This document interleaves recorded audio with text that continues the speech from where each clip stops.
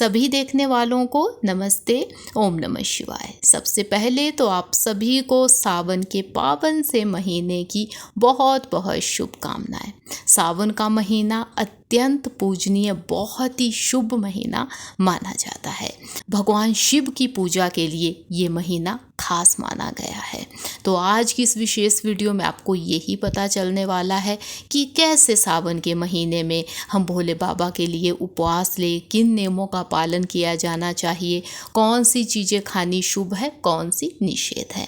मैं आपको बता दूं कि कुछ फल, कुछ सब्जियां, कुछ दालें यदि हम इस महीने में खा लेते हैं तो वो बहुत ही अशुभ मानी जाती है। साथ ही साथ यदि आपका उपवास भी नहीं है तो भी ऐसे कौन से नियम है, कौन सी ऐसी निषेध चीज़ें हैं जो इस महीने में आप यदि नहीं खाते हैं तो भी आपके लिए ये महीना उतना ही फलदायी होगा जितना उपवास लेने वालों के लिए।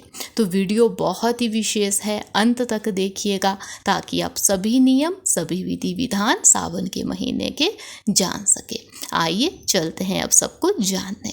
सबसे पहले मैं बता देती हूँ कि सावन के महीने के जो उपवास है वो कैसे कैसे लिए जाते हैं, क्या उनके नियम है। कुछ लोग ऐसे हैं जो सावन के 1 महीने का ही उपवास लेते हैं। वहीं पे कुछ लोग ऐसे हैं जो मंडे का यानी कि सोमवार का केवल उपवास लेते हैं। अब कुछ लोग ऐसे हैं जो उपवास सुबह लेते हैं, शाम को खोल देते हैं, कुछ अगले दिन भी खोलते हैं। तो आप अपने वहाँ के नियम भी देख लीजिएगा। मैं आपको अपना बता देती हूँ जैसे हम उपवास लेते हैं। तो जैसे हम मंडे का उपवास लेंगे तो हम सुबह उपवास लेते हैं, शाम को हम खोल देते हैं। अब यहाँ पे ये भी नियम आता है कि मीठा खाएं या नमकीन खाएं उपवास में। तो कुछ लोग ऐसे हैं जो मीठा खाते हैं, जब उपवास खोलते हैं तो भी वो मीठा ही खा के उपवास खोलते हैं और नमकीन चीज़ें नहीं खाते हैं।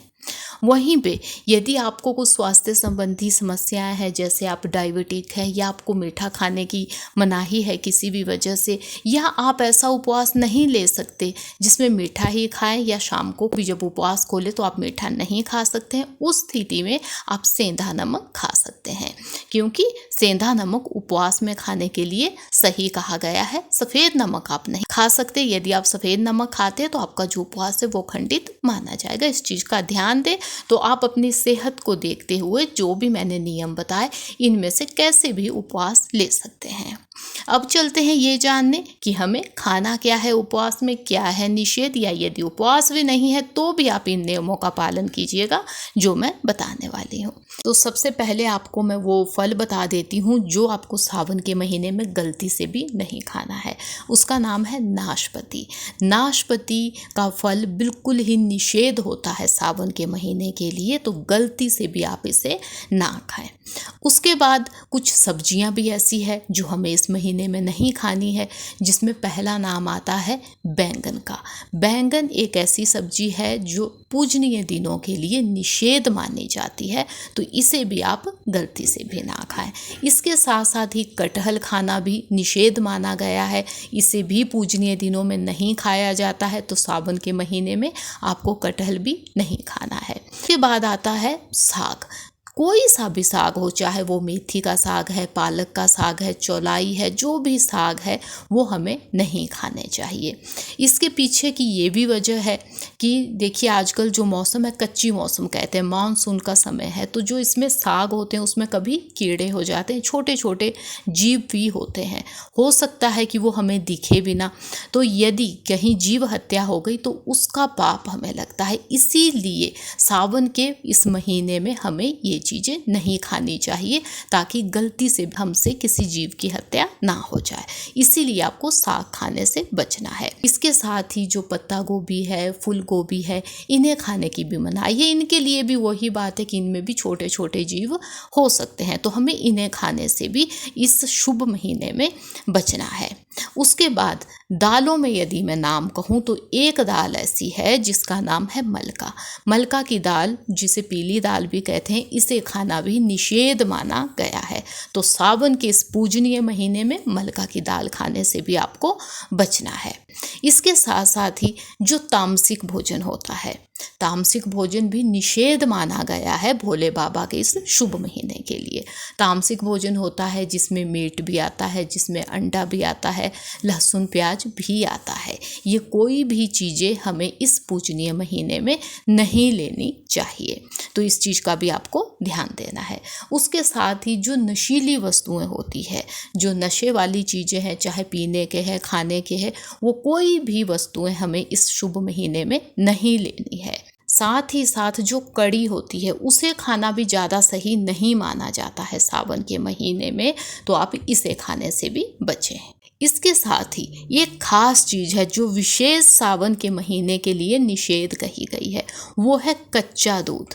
जी हाँ, कच्चा दूध ना हमें पीना है, ना कच्चे दूध से बनी हुई चीज़ें हमें खानी चाहिए। इसे बहुत अशुभ माना जाता है। तो इस चीज़ का आपको खास ध्यान देना है कि जो भी चीज़ें आप सावन के महीने में खाएं, या यदि आपका फास्ट है तब तो आप विशेष ध्यान दें। उपवास में तो आपको कच्चा दूध या कच्चे दूध से बनी हुई चीज़ें बिल्कुल भी नहीं लेनी है, नहीं तो आपका उपवास भी खंडित हो सकता है। अब सवाल आता है कि चाय कॉफ़ी पिए या नहीं। वैसे उपवास में चाय कॉफ़ी पी जाती है, बहुत से लोग चाय कॉफ़ी पी लेते हैं, लेकिन अपनी सेहत आपको पहले देखनी है। यदि आपको चाय कॉफ़ी पीने से एसिडिटी हो जाती है, पेट में जलन हो जाती है या उल्टी जैसा मन हो जाता है, तो आप इसे लेने से बचें, या कम से कम इतना ध्यान दें कि सुबह खाली पेट इसे ना ले, कुछ फल पहले खा ले, उसके बाद यदि आप लेना चाहे तो आप चाय कॉफ़ी ले सकते हैं। अपनी सेहत आपको पहले देखनी है। सावन के महीने के उपवास का ये भी एक नियम आता है कि इसमें खटास वाली चीज़ें नहीं खाई जाती है, तो आपको जैसे टमाटर हो गया, नींबू हो गया, इन्हें खाने से भी बचना है। जो खटास वाले फल भी है वो भी आपको नहीं खाने हैं, तो इस चीज़ का भी आपको विशेष ध्यान देना है। आइए अब चलते हैं ये जानने कि सावन के इस शुभ महीने में, इस पूजनीय महीने में हमें क्या खाना चाहिए जो आपकी सेहत के लिए भी सही होगा। तो सबसे पहला नाम आता है मिठास वाले फलों का। जिनमें मिठास हो वो सभी फल आप खा सकते हैं, यहाँ तक कि जो मौसमी फल होते हैं उन्हें खाना भी सावन के महीने में बहुत शुभ कहा गया है। बहुत से लोग ऐसे हैं जो केवल फल खा के उपवास लेते हैं, इसे बहुत ही शुभ उपवास माना जाता है। तो मीठे फल आप सभी खा सकते हैं। फलों के साथ साथ आप सभी मेवे भी सावन के महीने के उपवास में खा सकते हैं। यहाँ आपको यही ध्यान देना है कि जो खटास वाला मेवा होता है ना, जैसे किशमिश, उसे खाने से बचना है। बाकी सभी मीठे मेवे इस उपवास में खाए जा सकते हैं। इसके साथ साथ ही उबला हुआ दूध या पका हुआ दूध आप सावन के महीने में पी सकते हैं। इससे बनी हुई अनेकों चीज़ें भी आप खा सकते हैं, बस पका हुआ दूध होना चाहिए, उबला हुआ दूध इसे शुभ माना जाता है यदि हम पीते हैं या इससे बनी हुई चीज़ें खाते हैं। इसके साथ साथ ही घिया है, उसे खाना बहुत शुभ कहा गया है। कद्दू खाना बहुत शुभ कहा गया है।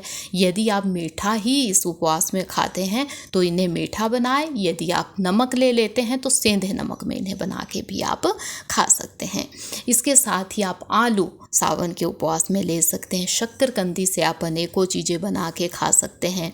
कुछ आलू या अरबी जिसे कहते हैं, इसे भी उपवास में खाना बहुत सही माना गया है। इसके साथ ही साबूदाना हो गया, मखाना है, ये चीज़ें भी उपवास में खाई जा सकती है। इसके साथ साथ जो उपवास के चावल आते हैं ना, जिन्हें समा के चावल कहते हैं, इन्हें भी उपवास में खाया जा सकता है, क्योंकि ये भी शुभ माने जाते, ये अन्न नहीं होता है। साथ ही जो उपवास के आटे होते हैं, इनका भी इस्तेमाल किया जा सकता है। तो ये कुछ चीज़ें हैं जो आपको सावन के महीने में खानी है। जो मैंने निषेध कही उनसे आपको बचना है। देखिएगा आपके लिए कितना ही शुभ ये महीना होने वाला है। तो उम्मीद है मुझे कि वीडियो भी आपको पसंद आई होगी। वीडियो अच्छी लगी है तो लाइक भी कीजिएगा, चैनल पे है नए तो चैनल को सब्सक्राइब भी कीजिएगा। कमेंट में ज़्यादा ना लिख सके तो ओम नमः शिवाय लिख के जाइएगा। अब मिलेंगे ऐसी किसी नई यूज़फुल यूनिक वीडियो के साथ। तब तक के लिए धन्यवाद। जय माता दी।